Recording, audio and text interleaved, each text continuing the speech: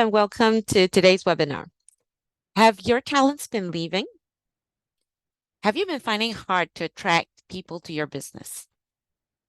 Thank you. The fact that you're here with us in this webinar tells me that you know that pain of having the greatest plans, but everything falls short because you didn't have the right people in place. You know the pain of finding them and keeping them.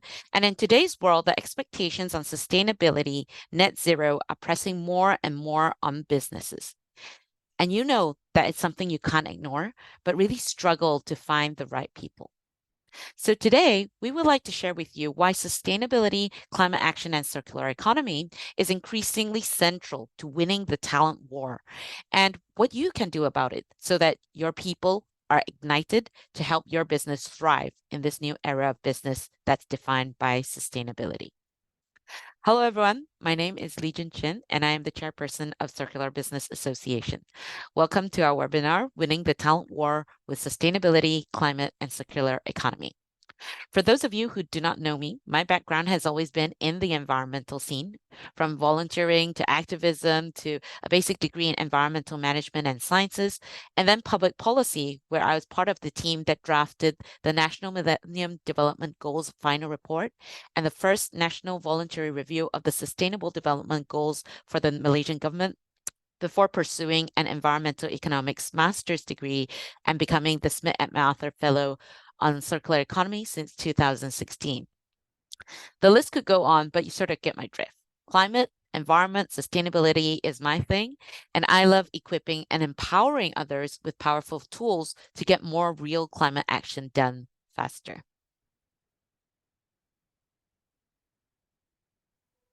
So what we actually do at Circular Business Association, which we founded in 2022, is essentially to be an ecosystem builder that aims to accelerate business transition into the circular economy so that we can solve the climate crisis and create a livable world.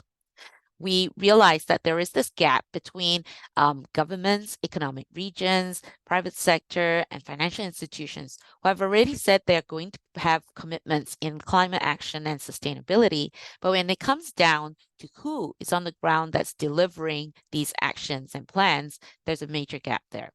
And therefore, our association is actually forming this ecosystem in order to fill this implementation gap, not only including those in manufacturing, but all the other various talents and businesses as well.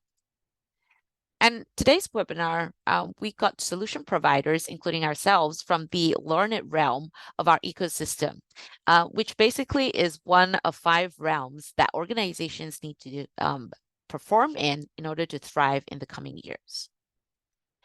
Because this topic is really close to our heart, because you can have all these different structures like sustainability, ESG, sustainable development goals that tell you the why, the what, or even circular economy that says the how. But people are the ones that are central to actually deliver and grow the pace and scale we need for meaningful action. Or it could also do the reverse. So I'm very pleased today to be joined by 3 of my fellow comrades in this journey towards winning the talent war. We have with us Shusheng Wong, who is the COO of GoImpact Capital, who will be covering disrupting ESG learning, impact made easy for many. GoImpact is our MOU partner that is involved in the providing an online platform where there is learning and micro-learning that enables more people to actually learn about and convert into action towards sustainability. They are based in Singapore and Hong Kong, and they are also one of the key contributing providers for the Malaysian Stock Exchange Bursa Malaysia's mandatory course on ESG Learning for Board of Directors. Shusha has an extensive background in commercial banking as well as a lawyer. And as a key proponent of sustainability, he actually also has been developing a number of these courses and strategies and programs in order to help businesses sort of transition over. Secondly, I'm joined by Livy Parlington, who is the commercial lead for Climate Clarity, and she'll be covering engaging talent and empowering with storytelling. Livy actually is a linguist and a physiotherapist turned climate entrepreneur. And she is personally passionate about engaging more people into taking action that's meaningful to solve the climate situation and achieve sustainability. Climate Clarity is our association strategic partner, and not only do they're a business of facilitators that delivering workshops, not only in the climate systems, but also in relation to biodiversity and also circular economy. Lastly, I'm joined by Jacqueline Juanes, who is the senior partner at Starlight Navigate. They are based in Malaysia, and she is one of the key developers of the ESG board game called ESG Batos that is being used to help upskill corporates into understanding the ESG. Jacqueline has a background in image consulting, image development consulting. And she also is the president for the Association of Image Consultants International Malaysian chapter. Also, she has certifications in terms of reporting under the GRI standards, including reporting for the human rights, as well as the integration of sustainable development goals into your corporate social responsibility, responsibility reporting. So with that, welcome Shushan, welcome Livy, and welcome Jacqueline. Before I pass the floor over to them, I just want to briefly actually talk about our association so that you have a better understanding about what we do. Our big why is to solve the climate crisis and create a livable world. Yeah. And how we want to do that is actually by accelerating business transition into the circular economy. We've chosen circular economy as our pathway to achieve these goals in sustainability and climate action because it's very much based in system design, thinking further upstream, and the entire narrative around the circular economy is really into tapping into the human ingenuity and hope in order for us to drive faster action by design. Sorry. Why we chosen circular economy is also because we realize that renewable energy is not going to get us there on its own because 45% of the emissions and a lot of environmental impact is actually in how we make and use products on a day-to-day basis. Secondly, although consumers are the last point before pollution emerges, we realize that just the way of changing the way of life is not going to be sufficient to really drive the pace and scale that we need in order to solve the climate situation. And livelihoods, how people actually make their incomes, is actually a very strong point that remains untapped, and we would like to be part of changing that. So the challenge for our association and also the goal is how can we rapidly replace all linear economy products with circular economy products in the next 7 to 8 years. The timeline, the runway is really short as is informed by the climate science that we know today. In fact, COP28 just concluded a few days ago, and the global stock take about where our progress is does actually show that we are still moving towards a temperature increase. And there's a lot more work to do if we want to keep that increase within the 1.5 degrees Celsius by 2030. That's what we really need to focus on. So how we plan to accelerate is actually to help more circular economy players increase the sales revenue and customer base, as well as increase the circular economy offerings in the market and the competitive advantage we have over the typical take, make, and then throw away sort of culture that we have.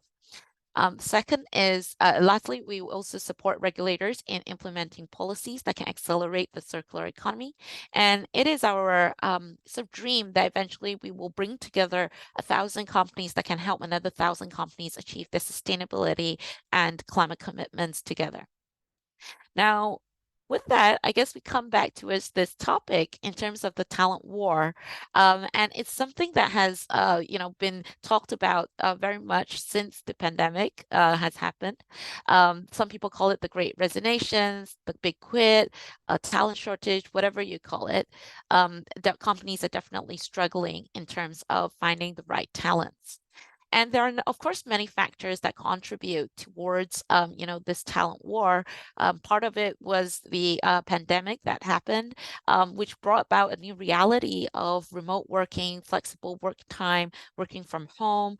At the same time, we also have, factors such as the aging population globally. That's happening, whereby there are just more and more people in the older age groups, as well as immigration restrictions and things like that. But importantly, as well, as we move into the sustainability era, and there's increasingly sort of compliance needs that's being put in place, we're starting to see that there's a change in terms of the skills that may be necessary for companies to thrive. This is a news that sort of came about earlier this year, where there's literally a bidding war that's happening for ESG talents, and headhunters are finding it, increasingly attractive, I guess, to find qualified candidates, because there is a shortage in this realm. So, before I pass the floor on to our speakers who are sharing today, I'd like to just sort of share this quote that was made by the CBI Director General during a Future of Work conference, where he said that today's war for talent is about numbers, yes, but it's more than ever a competition about values. And values refer to the values that a company holds, the values of work that it promotes. And much of this is also driven by the expectations of the workforce of how businesses should contribute to their lives and the wider society. And during the pandemic, we did see quite a number of people actually revisit that whole issue of purpose, not only about profits, but at the same time, profits are also important, so that we make sure that talents who are contributing to solving the climate crisis as the last generation that can actually do so are also able to survive and thrive in their own lives as well. Now, finally, the warning in terms of climate action is that the pace and scale at this point is really insufficient to tackle the climate change. From COP28, where you can see that there is renewed sort of commitment in this direction, but there is still a lot that we haven't yet achieved. And Climate Movement 1.0, which is very much based on a noble cause, charity, no profit sort of direction, or emphasis in individual sort of choices or vertical industries focus, that's very much driven with this narrative of minimizing the bad, and trying to, look at not good enough. Essentially, this whole movement of Climate Movement 1.0 has been driven by guilt. And unfortunately, that's not going to deliver the pace and scale we need in this next 7 to 8 years. So as an association, we truly believe that the update to our climate movement is necessary, and an update to the sustainability movement as well, in terms of bringing together the economy, the way of life, as well as livelihoods, and really draw in the power of profits, ecosystem, and empowerment, so that we can ignite the passions of the people that really are sitting in various organizations, while also making sure that they are taken care of and that they can also take care of their families. The new reality is that if business owners don't start leading the change, you'll end up chasing the change. So with that, I'd like to bring on board our first speaker, who is going to share today. Shushan, you have the floor. Thank you, Lichin, and it's a pleasure to be here today. Thanks once again for the wonderful introduction you had. I'm just going to share a few slides, but I think given the number of attendees and the fact that today is probably a Friday afternoon and we're all a little bit tired after a long day and long week, let's keep it free flowing and welcome any questions anyone might have. So that's great. Thanks, Shushan.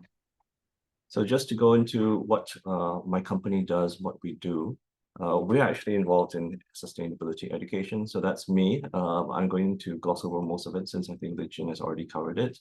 So I actually was a senior banker up until a couple of years ago. And then after that, I left and I decided to go into sustainability education. I basically reinvented myself. And I think that's an interesting story to tell in relation to the question that Lijin posed on, how do we find the right talent for sustainability related jobs nowadays? So I reinvented myself, taught everything. And one of my mentors actually said, I asked one of my mentors, what's the best way to learn about sustainability? And his response was, well, the best way to learn is to teach it. And voila, there we are. And somehow I think the teaching has taken off. I'm now also a senior fellow on sustainability at Singapore Institute of International Affairs, and I'm a certified green and sustainable finance professional with the Chartered Banker Institute as well. So I think our driving ethos is really there's something wrong with the world. How do we change it? And how do we change it quickly? Because as Lijin mentioned, climate change is fast upon us, and we're certainly not moving fast enough to try to mitigate the changes that are happening. Indeed, I think a lot of the talk nowadays is focusing more on the adaptation that's required rather than the mitigation. And what we do was, we realized that there was a gap in terms of the sustainability education out there. We realized that while a lot of people were talking about climate change, a lot of people were talking about sustainability, a lot of people were talking about greenhouse gases and scope 1, scope 2, scope 3, not enough people actually understood what it all meant. And really, what needs to change is actually the culture, the way we think, the way we live. And that's something that it seems very, very hard for present society to understand at this point in time. Indeed, a lot of companies and organizations treat sustainability purely as a product, a new product to sell, to market, to advertise, and to make money from. And I think that's something that is fundamentally not what we should be doing. What we should be doing in terms of sustainability is we should be trying to change the way we live, to make it more sustainable, to go from a culture of consumerism to a culture of trying to retain things for as long as we can so that they can be passed on to future generations. And we also realized that the sustainability landscape in Asia was quite fragmented. There were very few education providers at the time that we started. Of course, that has since grown and has grown very rapidly. And there was a supply-demand gap. And you can see here, just need to open the newspapers nowadays. And you can see that there's always going to be several articles, whatever newspaper you open, on sustainability, on global warming, on climate change. It's definitely dominating the news, and to a certain extent, it's also becoming rather political in nature. And we can see that Asia traditionally has always been a huge growth market for education, not just sustainability education, but education in general. A lot of the focus has been, of course, on the preschool education, primary and secondary and university level. But what is really lacking is education for adults, especially working adults. And we've identified there's a gap and realized that particularly for sustainability, where the very concept itself is relatively new in the mainstream, there is a lack of that education that's being imparted to the working adults. Similarly, we can see that there has been a 30% growth in hiring of green jobs between 2016 to 2021. But there is indeed a global shortage of talent, skills, and jobs to deliver on the transition into a green economy. So the fastest growing green skills that we've identified indeed have actually been that of ecosystem management, environmental policy, and pollution prevention. A lot of people forget that sustainability is extremely wide-ranging. It's more than just green. It's more than just environment. There are also social issues to consider. There are also waste management, resource management issues to consider. So a lot of this deals with supply chain and indeed the circular business economy that we have talked about previously, and also how to optimize the various resources that we have so that they're not wastefully spent and cannot be properly disposed of as well. So we can see that there's a lot of call for, in particular, very holistic, wide-ranging sustainability managers.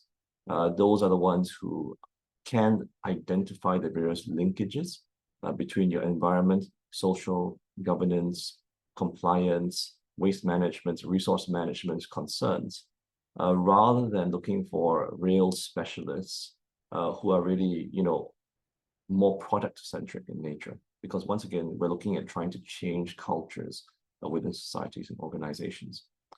And of course, there's this huge rise in the need for renewable energy specialists as well, solar consultants, wind turbine technicians. So these are definitely in much demand right now. So what's our solution? Well, we started off by offering in-person lectures. Our model was really to partner with higher education learning institutions. We would white label the content that we create as well as our teachers. And we rely on the higher educational institutions to provide the marketing as well as the student intakes for us. That has been very successful in the past couple of years.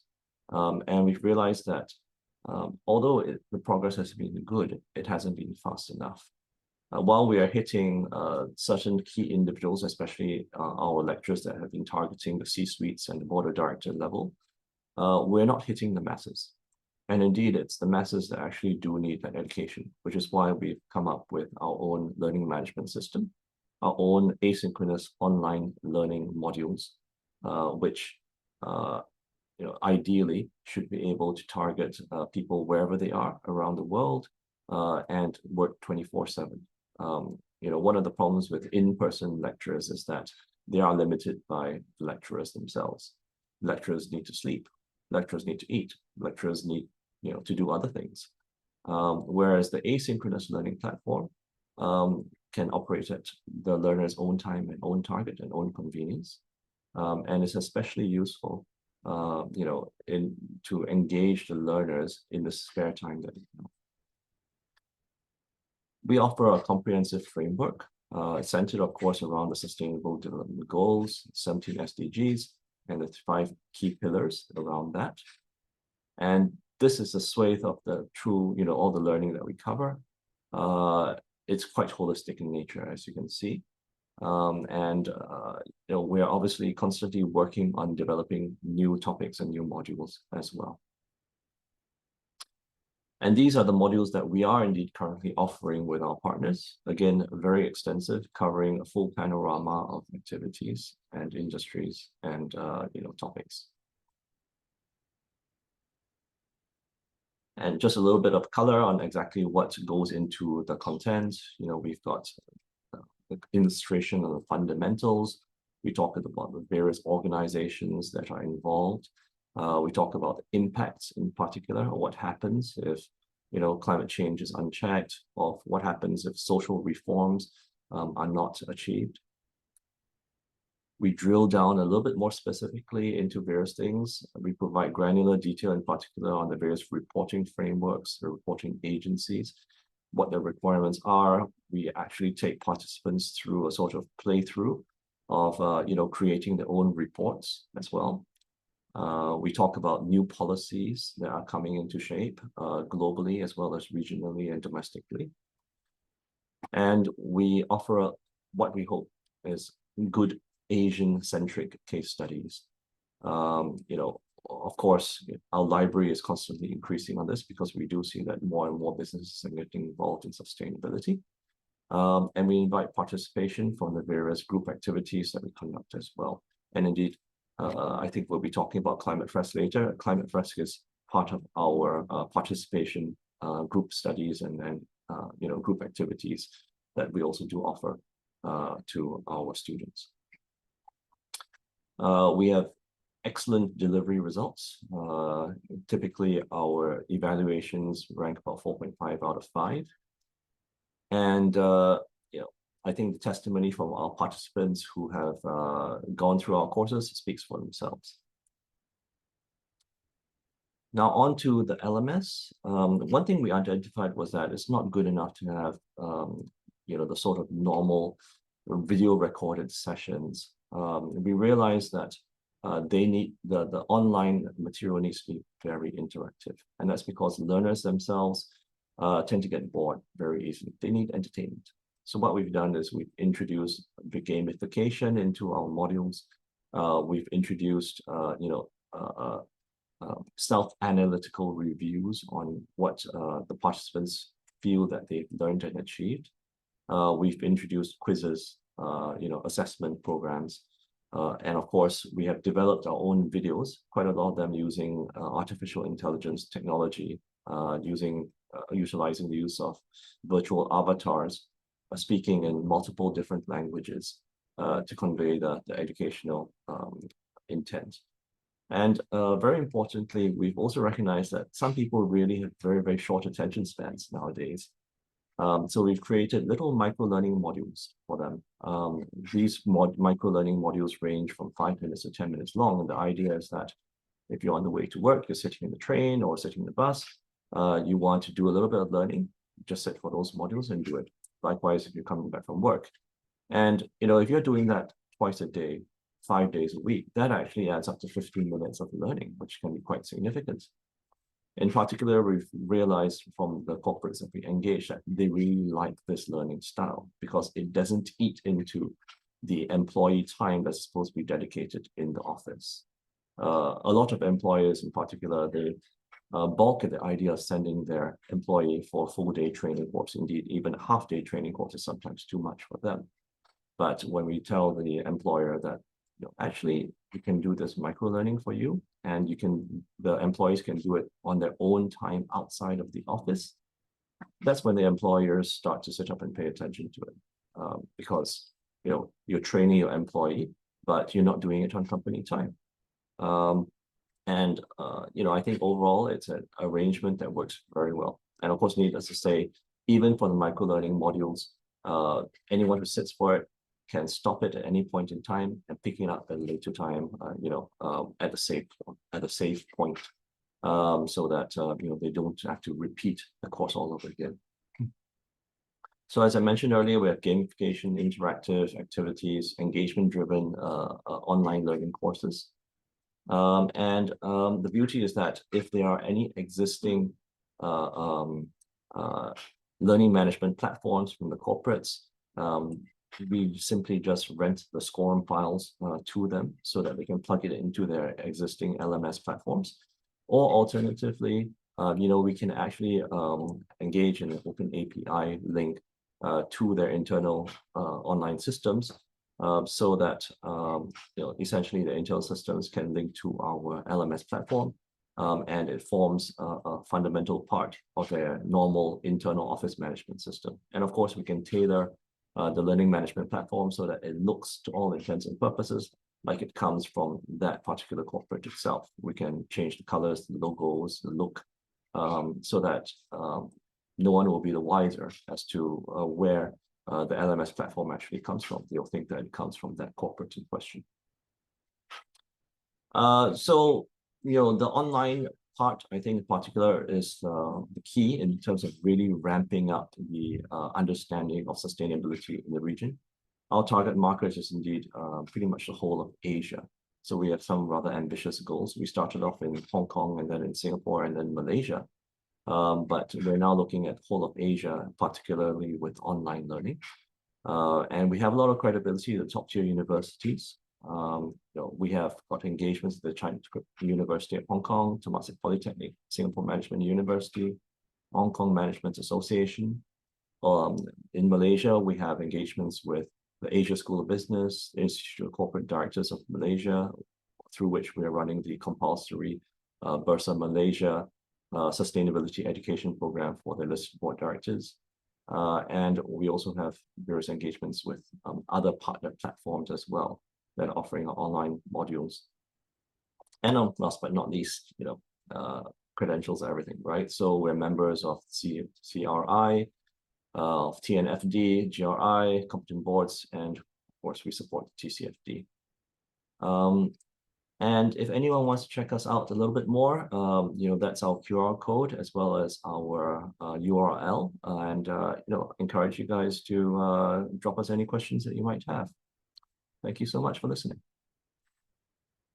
Right. Thanks very much, Susan, for that overview of course, the trends that you're seeing in terms of the talent demand that we're seeing in the sustainability realm, as well as how GoImpact actually solves that problem. We will have like Q&A session at the end, but I'll highly encourage our attendees, if you have any questions for the panelists, please drop it into the Q&A function in Zoom so that we can address it near the end. So the next person that I'd like to bring on is Olivia from Climate Clarity, where she will be talking about and how they are using card games and storytelling to engage people through workshops. So Olivia, the floor is yours. Thank you. Great. I'll just go into presenter mode. Yeah, so as Legion said, I'm Olivia and I am from Climate Clarity. We are based in the UK, but we offer our kind of solution online, globally, and then in person. So I'm just going to generally talk about what we do, how we do it, and then link that back into why we're here today talking about talent. So really, this is our mission, but the hardest piece of this puzzle is that engaging and empowering piece. So I like to think of us possibly the bit before GoImpact, the kind of the spark that gets people talking around a table and excited and motivated to further their learning. And how do we do that? So we do in-person and online workshops. They take half a day, and that's part of a transformative learning curve. We then train facilitators to effectively do our job and carry on in that internal organization to become facilitators. And there's two reasons why we do that. And Xusheng mentioned, things not happening quick enough. Well, we can't possibly be everywhere training everybody. And so we really want to encourage organizations to train as facilitators. The second reason is because they understand internal culture and governance. So it's much easier to train them to be able to affect action when they become the internal drivers and people are accountable to them. So we take them through a workshop, then we train, and then we support. So you're really trying to get highly skilled internal facilitators by the end. We have an ongoing ambassador package, which is effectively one-to-one coaching and co-facilitation. So what is the Climate Press? So we have a few different workshops, but I'm just going to talk mainly about the Climate Press today. That's the sort of flagship workshop. We are a delivery partner of the Climate Press NGO. And the NGO actually came about in around 2015, 2016, when a professor was trying to teach his students about the IPCC and the content of it, but as you know, I think there's 6,000 scientists' contribution. It's a very, very long document. So what he did in the end was take all of the graphs and pictures in that report and what is now 42 cards. And effectively, the class just put them in order from cause and effect. And he found it was a really effective way to teach and to learn. So it was creating their own story out of the IPCC. That's obviously developed, and there's now a supporting actions part, emotions part, which I'll go through in a little bit. That's essentially where the Climate Press gets its information. So a very thorough consortium of research. So it was founded in France. It's been delivered to over 1 million people in 45 languages. And it's really for everybody. Yes, it gives you this great overview of climate science, but it's really about getting different teams, different departments around a table and collaborating so that everybody is heading in the same direction. There's a blanket level of understanding.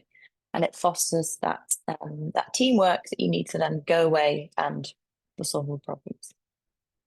So I was going to do this as more of an interactive, but maybe if you just bear that sentence in mind for a couple of minutes. Why is it complicated to speak about climate change? And whether that be, at the pub with friends around a dinner table, or at school and organizations, it's quite an emotive topic, and it's hard to speak about. And that's what we want to break down, because if we don't speak about it, we can't possibly do anything about it. So these are often the things that come up. It can be boring for some. I don't know who, but some. But it's really complex. There's so many different pieces to this, and that doesn't mean that we shouldn't talk about it. Doesn't mean that we shouldn't say, I don't know, or have different opinions. And it can be quite a tricky one to bring up. I think definitely with my own family members, it can be quite divisive. So we want to break down those barriers of not talking about it. And the reason Climate Press is good for that is kind of these different components. So it's playful. We don't want people to go away feeling overwhelmed. We want it to keep it light, but then still have all the scientific facts. It's a great learning tool because it's so visual. So it's very much picture-based. Each card has its descriptions, but it's really a visual learning tool. It uses that collective intelligence because you've got everyone around a table, and there's a piece for creativity to come to the table. So what exactly happens in a workshop? It's 3 hours, which seems like a lot, but you're not being taught. You are effectively teaching yourselves, and we are facilitating that. So the first hour and a half is based around the climate science, and you are effectively building the story and the bigger picture yourself.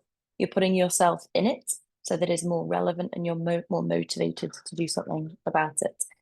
The second phase is in creativity. So you're giving it a title, you're connecting the dots, you're putting your own examples into the picture of, okay, yes, this is happening on a global scale, but how is that happening to me in my neighborhood? So it becomes personal. That third phase is the emotions phase. We don't often give emotions the space they need. And this is an emotional topic. Whether that be fear, anger, denial, they're all versions of emotions. So we give it that space and we share. We welcome those feelings. And then the last phase is the action part. And that might be individual actions at home. That might be actions around your sustainability strategy if we're working with organizations. And so that's really tailored to the audience. So what I might do now is just show you an example. I said we do this in person, obviously around a table, but if we were doing the digital version, I'm just going to show you in Mural, which I don't know if anybody's used Mural, but it's a great tool for our workshops. And we have the climate science part at the beginning. You have 5 sets of cards. This would be the first set. And what we'll be trying to get participants to do is to build a picture of how these cards would go in order from left to right in a line of cause and effect. So rather than getting you guys to do it, we would ask participants together, we wouldn't interrupt, or and we're just facilitating. And gradually they would start to build a picture of what this looks like. And once you'd, locked that one. Once you build a picture, you're then going to ask the group different questions. Why have they put them in this way? We're going to facilitate corrections, and we're going to ask them to tell the story back to us. So each time they're solidifying the knowledge. So there'll always be key learning points, which comes first, human activities or fossil fuels? Why isn't it that the melting sea ice causes sea levels to rise?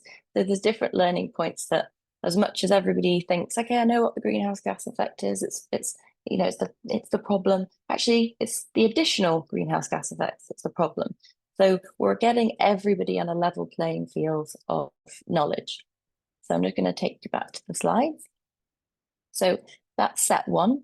And then gradually it builds a much bigger picture. So there's 42 cards, And by the end, because you've done this gradual learning, you're able to tell the story of really quite a complex topic, but have everything feeding in to understand that bigger systems thinking approach to climate. So I said I'd come back to, why is this relevant to talent? Just these facts alone, really. If you're in a company, you're often wanting your company to do more. And if you're looking for a job, you are certainly thinking about its sustainability credentials. So just to give you an example of that, last week I was speaking to sustainability data analyst at a financial institution, and 2 reasons he wanted to do this workshop. One was getting everyone, different departments around a table, intergenerational, but also he really wanted to give his younger employees the realization that they are part of this bigger picture, and therefore motivate them in their role, because it's all well and good you're doing your siloed piece, but if you don't understand how that fits into the bigger picture, the motivation's just not there. There's a few different reasons why people come to us for the workshops. So I've spoken about the climate fresque, which is the kind of overall climate science picture, probably more relevant for the task force on climate-related financial disclosure. But as Xusheng mentioned, the nature-related financial disclosure, well, that's probably the biodiversity collage that's more relevant for that. The digital collage is great for the tech industry. I think emissions have gone from 1% to 4% the kind of digital emissions since 2010. So the digital collage is a rising need. Construction collage, obviously, for that sector, and then the circular economy collage. Often a lot of people from retail or different areas, but there's usually a workshop for whatever industry you're in, but the climate fresque is a great place to start. And I'm just going to ask Li Jin to finally just play a 3-minute video, which, if I haven't described it well enough, hopefully the visual brings to life what a climate fresque is like. And this was something we did earlier this year at Westminster between Bankers for Net Zero and the Cayman Island government.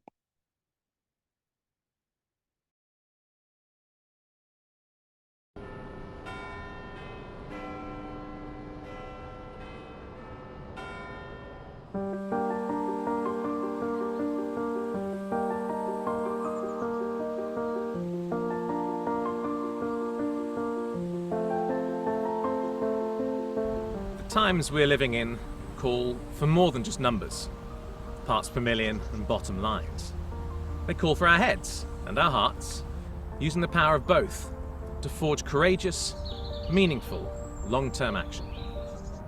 We are part of a dynamic and interconnected ecosystem that needs diversity and complexity to function. We are a part of nature, not apart from nature. And nature is the foundation upon which our societies and our economies are built.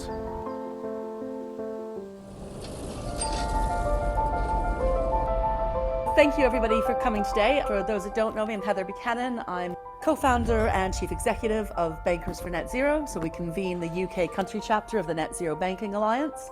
The big things, of course, is even people understanding climate change. Today is very much just about kind of going through the experience. Hopefully you'll be able to take it away and go to your own organizations, potentially use it. It's great that the Bankers for Net Zero and the Cayman Island government are holding, for the first time in Parliament today, a fresque workshop. We all need educating in the facts about climate change. Cayman Islands is particularly important because it's a huge store of nature and biodiversity, particularly marine biodiversity. And we need much better public understanding and engagement on climate issues.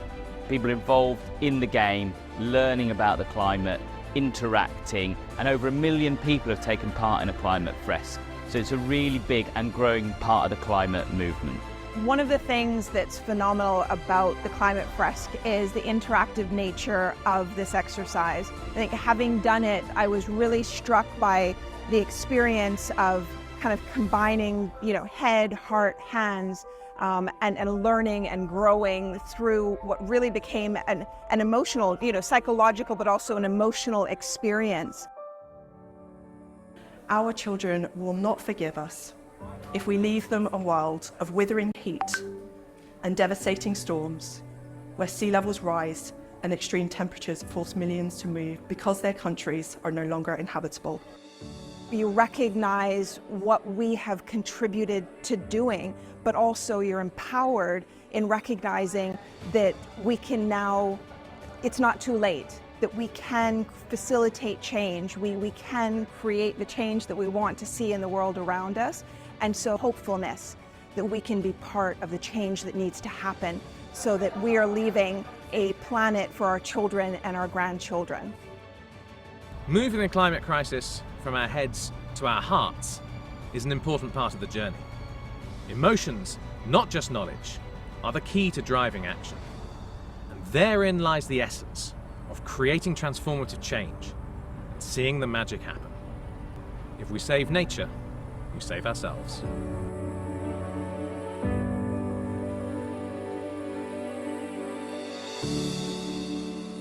Thanks, Legion. I'm just going to put, when you stop sharing, I'm just going to put the link up at the end just so it's on the screen for a second. If anybody wants to, get in touch, be happy to speak to you. I'll pass over now to Jacqueline. Yeah.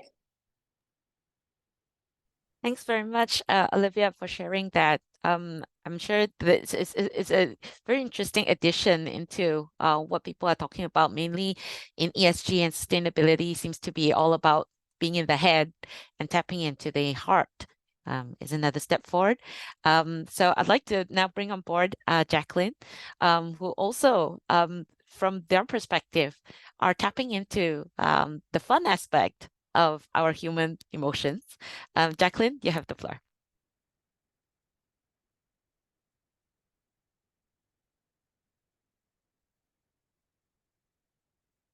Jacqueline, you're still on mute at the moment. Sorry. Right, okay. Yeah, that happens always. Okay, thank you so much, Legion, for the introduction. And in the next few minutes, I'll be focusing on the sustainable development gamified learning, particularly important information revolves around the ESG Batos board game. And this gamified learning was developed in October 2022. And since then, we have been running the ESG gamified learning session using the board game as part of our learning materials. Our previous audiences have come from various backgrounds, such as corporate employees, entrepreneurs, SME owners, higher institution students, and government agencies employees. Okay. And just a brief about Starlight Navigate. We are a boutique consulting learning and development company that focuses on practical-based customization and empowerment-centric solutions. The company was founded by industry professionals and practitioners. And as I myself, I'm a senior partner, instructional designer, and a corporate trainer. A big chunk of my task is really to lead the team in analyzing, developing, designing, implement, and to evaluate learning and development interventions. So what is ESG Batos? Well, ESG Batos is really a word, or the Batos itself, it's a word taken from one of the indigenous tribes in Sabah, Borneo, Malaysia, called the Dusun tribe, Dusun Tindal tribe, to which I belong.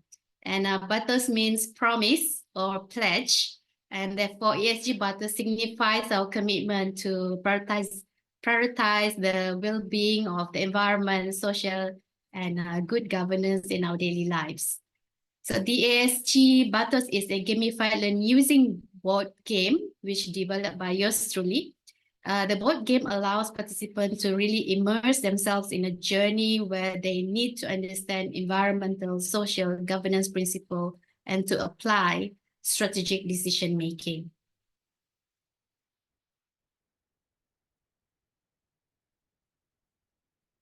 Right, so to assist us in organizing our thoughts during this presentation, I'd like to invite us to focus on these guiding questions. First, what Starlight Navigate and ESG Batos is really trying to solve, and how do we solve it? How do we ensure the learning delivery design is fun and understandable for SME business owners or for our audience? And definitely how coaching and consulting play a role to help people take actions after the board game experience. And last but not least, what is the trend in the talent needs for companies who want to do well in the future? So let's start with the first one. So to start this, I would like to play a video. The video will showcase what Starlight Navigate ESG Batos is trying to solve and how do we solve it. So I'd like to show you the video to give you a better picture about the ESG Batos gamified learning using the board game.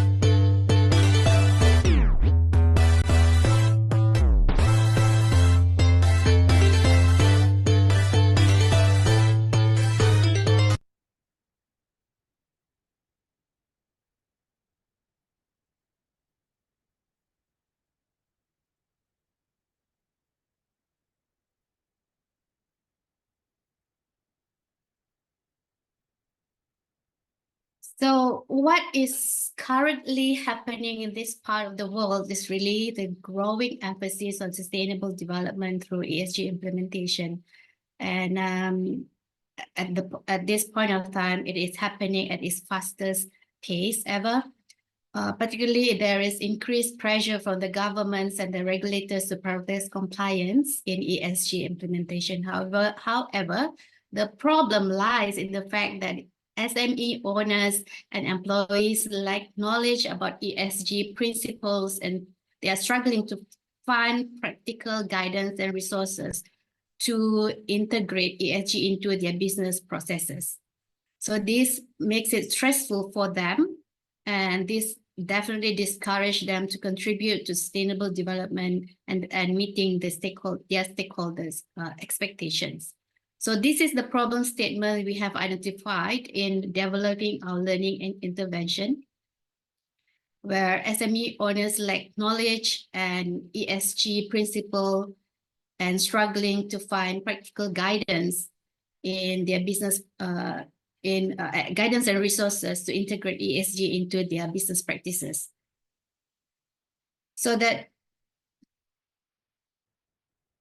So with that, our design challenge was, how might we provide guidance and support to SME owners specifically and employees in general who lack knowledge about ESG.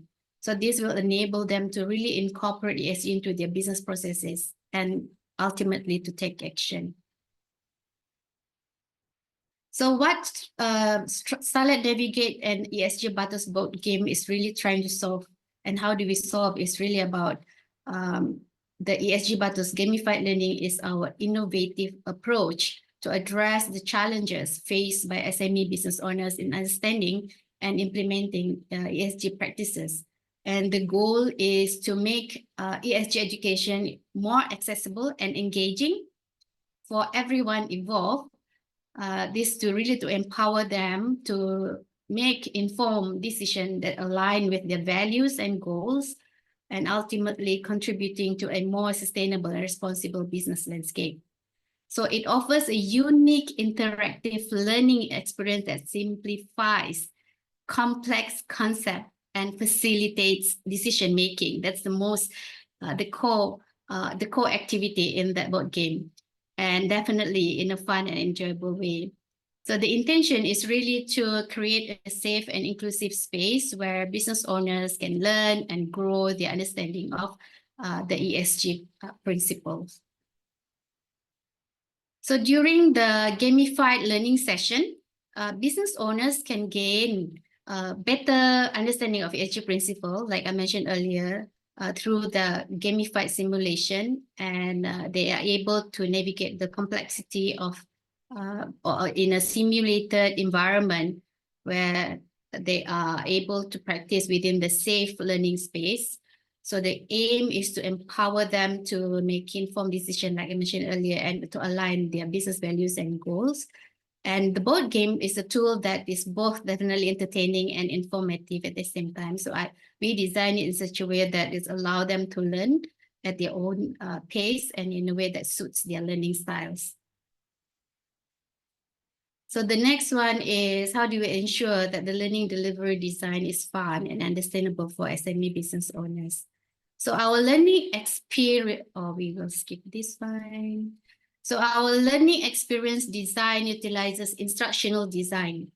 That is my core expertise. We utilize instructional design principles that integrate adult learning, fundamentals, and accelerated learning methodology. So the gamified learning is designed as such to facilitate deeper understanding and practicality appreciation that lead to higher learning retention rate. So as much as we can, the learning session is to simulate, like I said just now, real world business practices that fulfills the practice by doing and teach others in the practice-material teaching methodologies.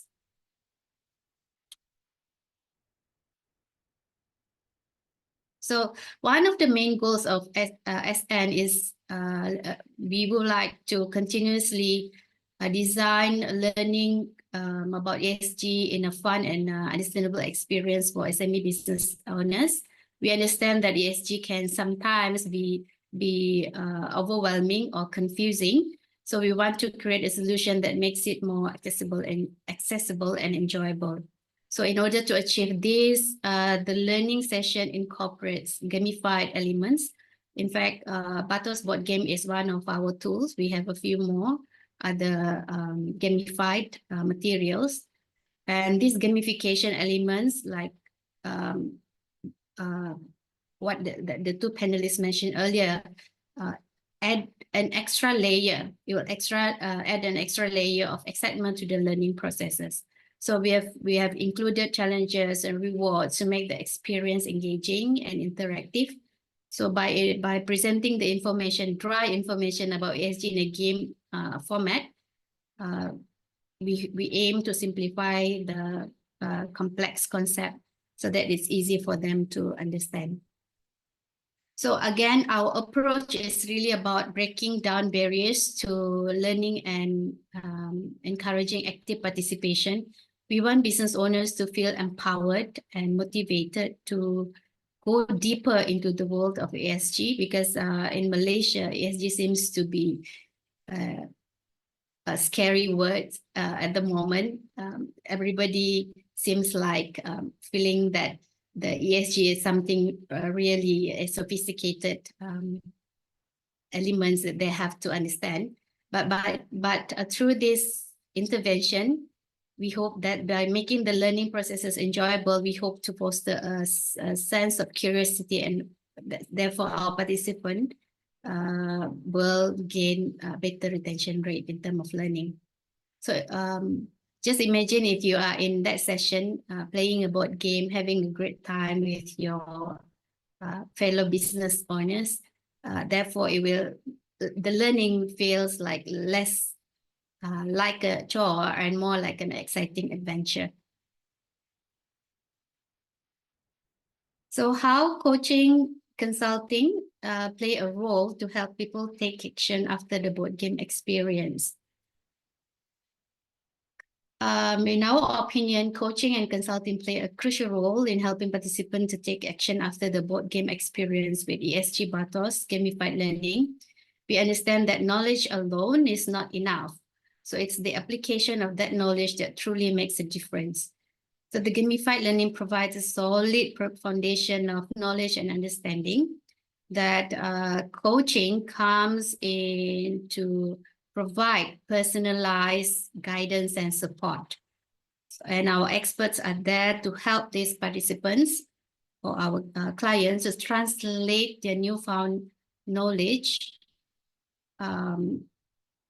so that they can be assisted in identifying their specific areas of improvements, setting their goals and developing implementation plans tailored to their needs. So we also believe that the post-training support session are designed to provide ongoing support, accountability, and of course, motivate them to continue further in terms of planning their ESG implementation to their business processes. So we want to ensure that the lesson learned from the board game experience are effectively applied in real-world scenarios, so that this will bridge the gaps between theory and practice. And we aspire to empower participants to take meaningful action and drive positive change within their organization. Now, everybody understood that coaching is a collaborative process between a coach and a coachee. So we help through this collaborative process. We help individuals overcome challenges and gain clarity, and of course to stay focused on their goals. In this context is about the ESG implementation. So therefore we truly understand that the coaching session, post-training session, or the post-learning session is necessarily to turn knowledge into actions. So therefore, we are there to support them in that context. And what is the trend in the talent needs for companies who want to do well in the future? Well, in my interaction with industry players, sustainability has gained significant attention. Companies are really recognizing the importance of environmental responsibility and social consciousness. As a result, a lot of them are seeking individuals with exceptional talent and expertise in sustainability and ESG.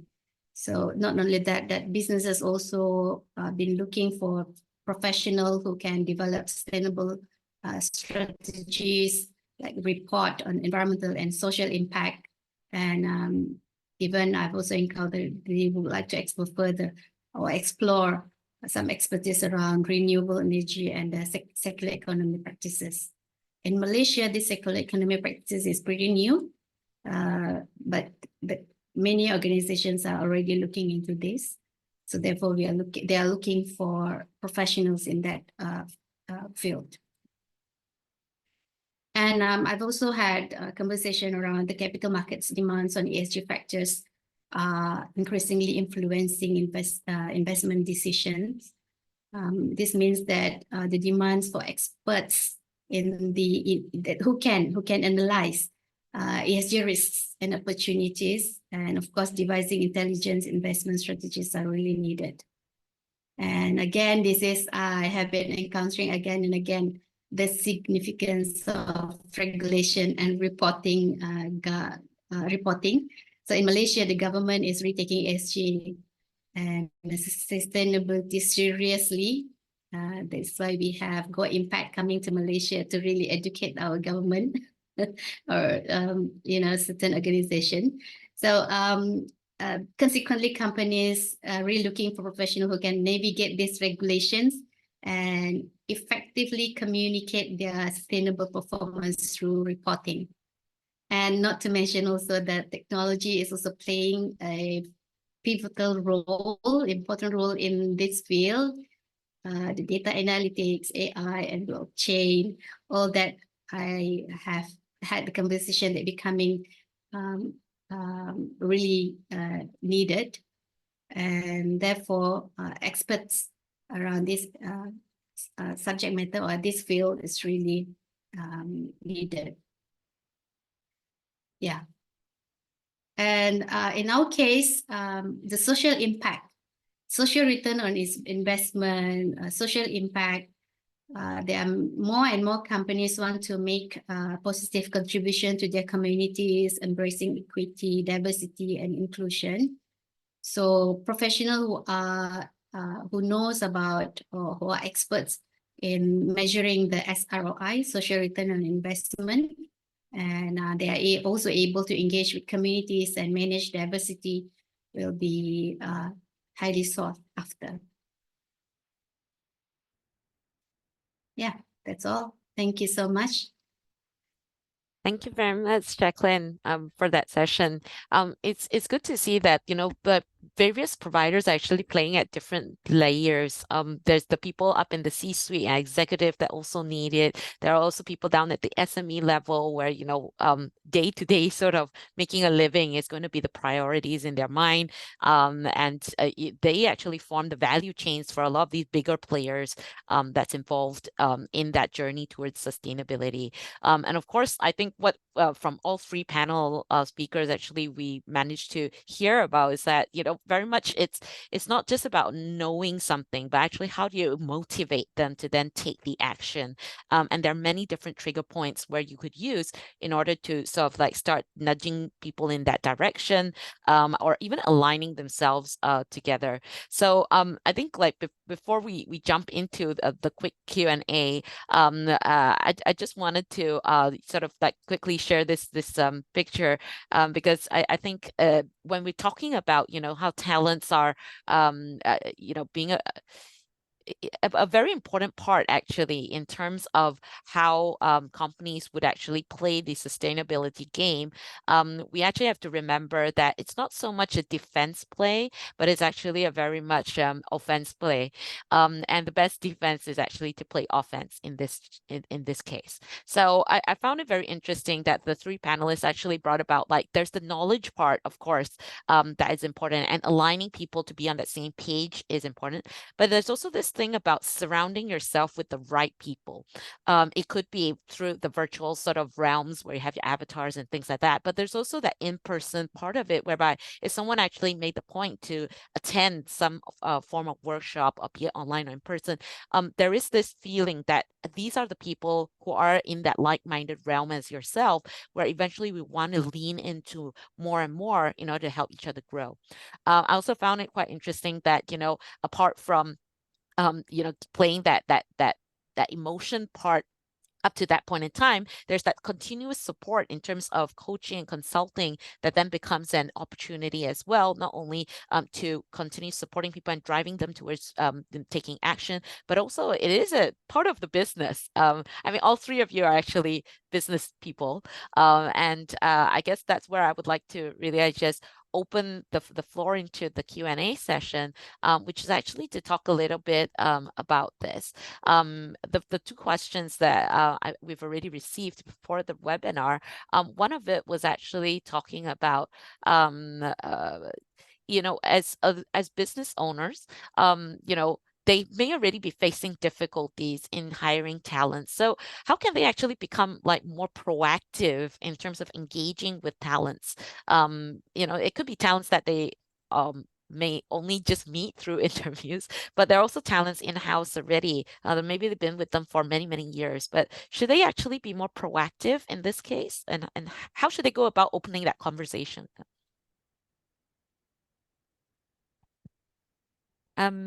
Maybe you can start off with Shusha and then Olivia. Sure. Well, I mean, I think what I'm doing in this business right now is directed specifically at that. We need retraining. The fact is that sustainability, or at least the modern concept of sustainability as we know it, is very new. There are very few universities around the world that have been teaching sustainability as, a university undergraduate degree. And indeed, the vast majority of them are found in Europe anyway. So, and if you look at Asia, really the only universities that are even starting to look at that as a master's degree are those in Singapore. And if you look even further back at the basic sort of primary school and secondary school, junior college level education that's going around in the world, there's very little formalized sustainability education being taught either, which in a way I find rather unusual, given that it's indeed this sort of generation that will be suffering the most from climate change in the future. But I think, to cut a long story short, employers need to be more flexible. They need to understand that it's going to be difficult to find people who have that sort of many years of experience in sustainability and therefore are the right people to hire. There's a huge shortage of such people to begin with. They need to look at actually retraining existing employees, be more flexible in finding new hires who have already undertaken some sort of retraining on sustainability on their own, and getting them used to what sustainability is, how it applies specifically to their business, so that they can do the new sustainability focused tasks that are required, particularly in the areas of reporting, risk management, and establishing control frameworks. In fact, one of the areas in which GoImpact is partnered in is we partnered with the Skills Future SG, which is a Singapore tech board. And what they are trying to do is they're actually specifically trying to retrain adult learners, particularly those who are midway through their careers, into transitioning into more sustainability focused jobs. And so they created a special program called the Skills Future Career Transition Program, directed at retraining individuals from all walks of life into learning about sustainability, so that they can be plugged into sustainability roles in the workplace. And I'm proud to say that we are actually in charge of conducting that program and teaching it to these adult learners. I think that point about like being flexible in terms of realizing that they're not going to be able to tick all the boxes per se in terms of all these so-called experience. Very often you do see like 5 or 10 years experience required in the sustainability realm. Yeah, I mean that's unrealistic, quite frankly. I mean, as I said, sustainability as a concept is so new. I mean, if you want to move it back to where we come with a modern concept of sustainability is really with the SDGs back in 2015. That's less than 10 years old. And indeed, if you look at the panel speakers right now, myself, I believe, Olivia and Jacqueline, we're not from sustainability focused disciplines. I started off as a lawyer. Yet we are doing this right now. And is it so much to ask for, adults to be retrained? No, lifelong learning is essential. Yep, that's very great to hear. I think Olivia seems to have something she wanted to chip in at that point. Yeah, I just think it's such an opportunity, sustainability, isn't it, to get that people working intergenerationally and at different seniority levels of the business. You're kind of resetting that, how we work together, and the tool is sustainability.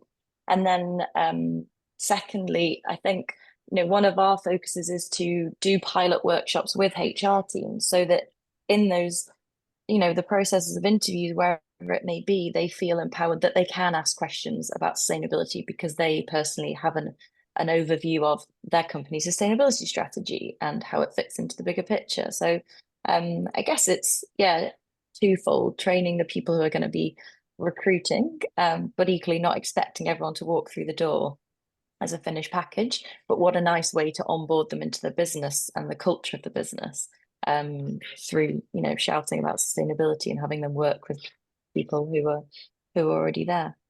Yeah, I think that point that you mentioned about onboarding as well is quite interesting, because when talents do actually, who do care very much about sustainability, do enter a company that maybe in terms of on the paper it looks like, that's somewhere where they would be able to contribute their impact, but when the onboarding process itself doesn't seem to be ready for these talents to go in and contribute.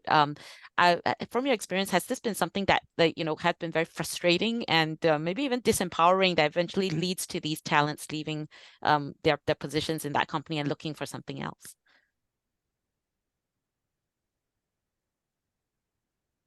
I was just going to say, it's one thing saying you're doing X, Y, Z, or even having your sustainability strategy published somewhere, but how does that new individual engage with it the minute they walk through the door so that it's actually implemented? And that's the key bit you want to help them with.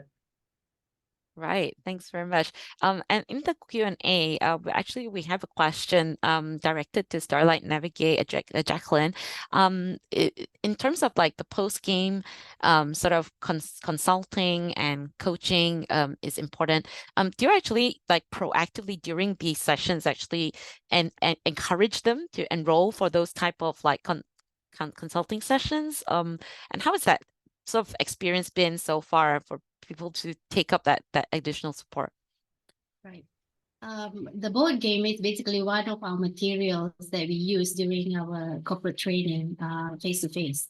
So usually it will take around half a day for that particular board game. But what's most important is really about how they can apply, or what can they apply post the experience. So when we have, usually we will have a session ranging from half a day to 2 days. So if you do have that luxury of time, like let's say 2 days, then you will have that ample time to guide our participants in terms of doing that preliminary planning, or rather strategic planning, so that subsequently post-training program, they will then be able to engage us in a way in terms of through consultation, so that that particular plan that they have initiated during the session can be really then be implemented in the organization. But most of the time, what happened has been is really about when they have the preliminary understanding and preliminary planning, they will usually do it on their own first. And then if they do encounter problem or issues, then they will come back to us and get our input or insights. Right. Thanks very much, Jacqueline. And so another question that I think that we received before the webinar was in relation to this uptrend in terms of like more informal learning settings. I think Shu Sheng did actually touch a bit on that, to like say, there's actually not that many so higher learning institutions that are delivering sustainability content in that sort of formal setting. But why is there like this sudden like a boom in terms of this uptrend of informal learning and almost learning like from peers, apart from it being quite a new topic, I guess. But what are your thoughts on that, especially since part of your products actually do tap into that more informal learning settings part of it?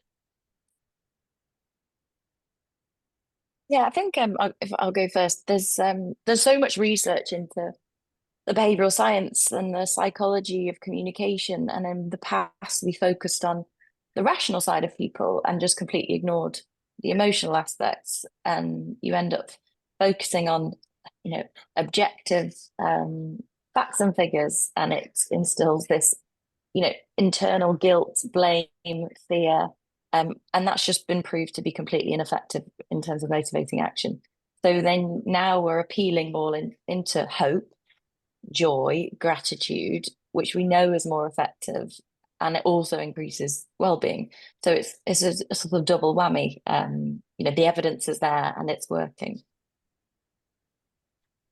Right. Thanks for that. mean, Yep. So, I think that in terms of the need for more informal learning, it's really out of necessity. I mean, the reality is that sustainability, especially the climate science part of it, is moving so rapidly that it's actually very, very hard to keep up to date with it. If you say had a formalized degree in environmental management 3 years ago, quite a bit of that, especially the climate science and climate change aspects, would now be changed in light of the new findings, new discoveries, and new reports that are coming out at breakneck speed. If we look at the changes from AR4 to AR6 done by the IPCC, you can already see huge changes there in terms of what they've discovered and what they've advised on. And it's happening at such a speed that what I find is that the formalized educational programs being run by the traditional educational institutions actually cannot cope. They aren't moving fast enough. They can't move fast enough. And in some ways, they're not trained to move fast enough either, right? I come from an educational background where in high school, I was still learning Greek and Latin. I mean, honestly speaking, how useful is that to what I do today? I don't think I don't remember speaking Greek for more than 30 years. But anyway, so to my point, there is a need for more fast-paced moving educational institutions or modes of education to teach this. The other thing is that what we've seen is, especially for the younger generations, they have very, very short attention spans. The more formalized Socratic mode of education doesn't work for them. They need their short YouTube videos that are, 30 seconds long, their TikTok videos, 1 minute long. And that's how they learn. And you have to adapt education to meet the needs of that other generation. And you don't see that happening, certainly, with our universities. Yep. Jacqueline, anything you'd like to chip in there? Thanks, Shu Sheng, for that.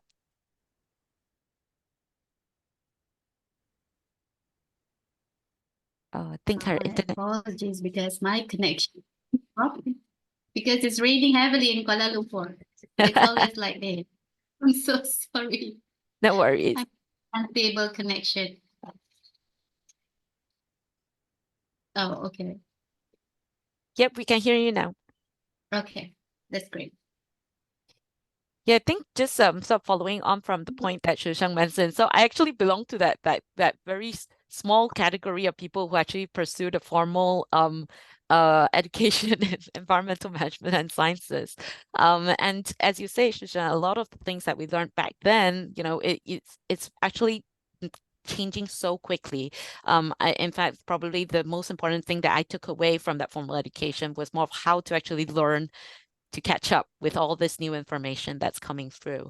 And for business owners, I think sometimes there can be a sense of like overwhelm and overkill at the same time, because like maybe there's so much that needs to be absorbed in the sustainability realm that it's very difficult for them to comprehend fully whether that's going to be useful for the business or not. So if there are any further sort of like thoughts that you have, I'll go one last round to our panel speakers. Any final thoughts that you have in relation to the topic that we had today? Maybe we can start with Jacqueline. Yeah, really, I mean, just to write on the informal learning settings, as an instructional designer, I really an advocate for that setting or for that design, because, well, really just to write on Shu Sheng's points about schools, right? When we were in school, when was the time when you really remember the most? It was during recess, it's during sports day. So that's the time when we were learning informally. And that's the part where the most the most effective and engaging, and that's why we remember the most, right? So I think as an instructional designer, I always design my learning deliveries in such a way that it is casual, it is informal, it is interesting, but again, I really have to frame it in such a way that it's not play, but it's purposeful play. My core, or rather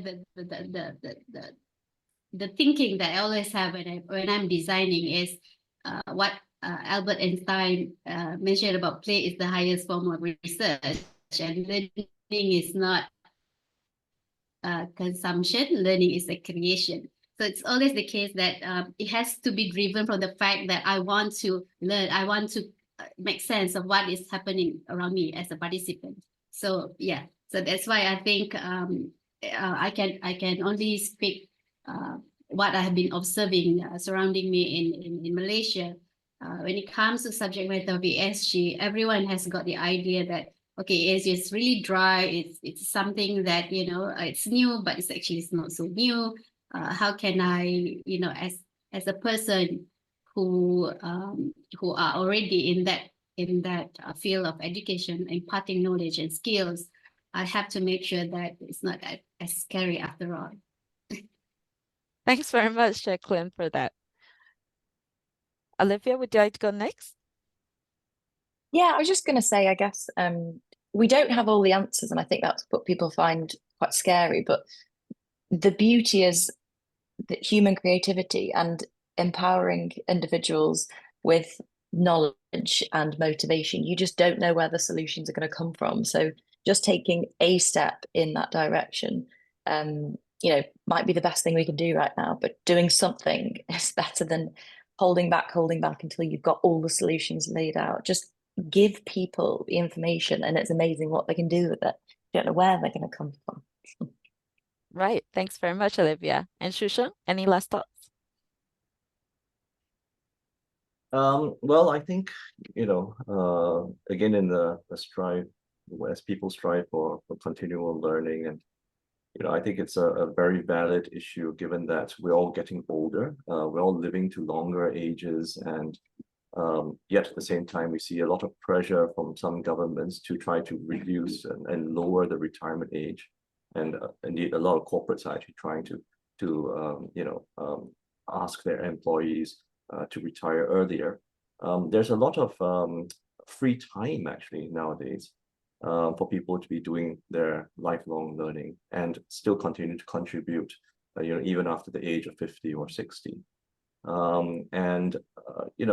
Those people who are interested in perhaps learning and then teaching as well, after teaching what they've learned, where I find that they actually make pretty decent teachers, and hopefully they can continue this age-old tradition of the older people guiding and teaching the younger generation.